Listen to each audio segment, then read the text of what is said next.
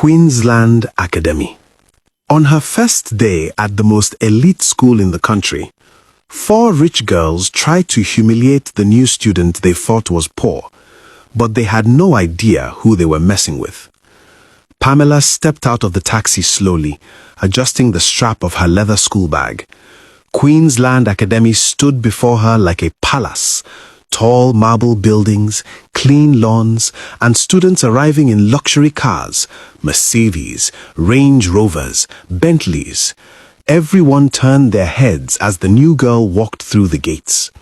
Pamela wasn't loud or flashy, but there was something about her presence, her calm confidence, her sharp eyes, and the quiet smile on her face. Within a few hours, many students had already begun liking her. She was polite, smart, and strangely fearless. But not everyone liked her arrival. Across the courtyard sat 4 girls who ruled the school. Mara, Bella, Favor, Clara. They called themselves the pillars of Queensland Academy. Not because they were intelligent, but because their parents were some of the richest and most powerful people in the country. Their cars dropped them off every morning like celebrities. Teachers avoided confronting them, students feared them, and anyone they labeled as poor became their next victim. When Mara noticed Pamela laughing with other students during lunch, she narrowed her eyes. "Who is that girl?" she asked. Bella shrugged. "Probably another scholarship student." Mara smirked. "Then she needs to learn the rules." Across the cafeteria, Pamela sat quietly eating her lunch. That's when Mara and her friends walked toward her table. The entire cafeteria slowly went silent. Mara stopped beside Pamela. "Stand up." Pamela kept eating.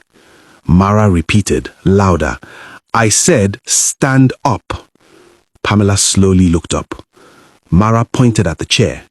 "This is a VIP seat, reserved for us." Pamela stared at her for a moment, then calmly returned to her food. The entire cafeteria gasped. Mara's face turned red. Without warning, she grabbed Pamela's lunch tray and poured the food directly on her head. Silence filled the room. Students pulled out their phones. Pamela slowly stood up, wiped the food from her face, looked Mara straight in the eyes, and then slap. The sound echoed across the cafeteria, then another, and another. Before anyone realized what was happening, Pamela had beaten Mara so badly that Bella, Favor, and Clara ran away in fear. Students stood frozen, some whispering, some recording, some shocked.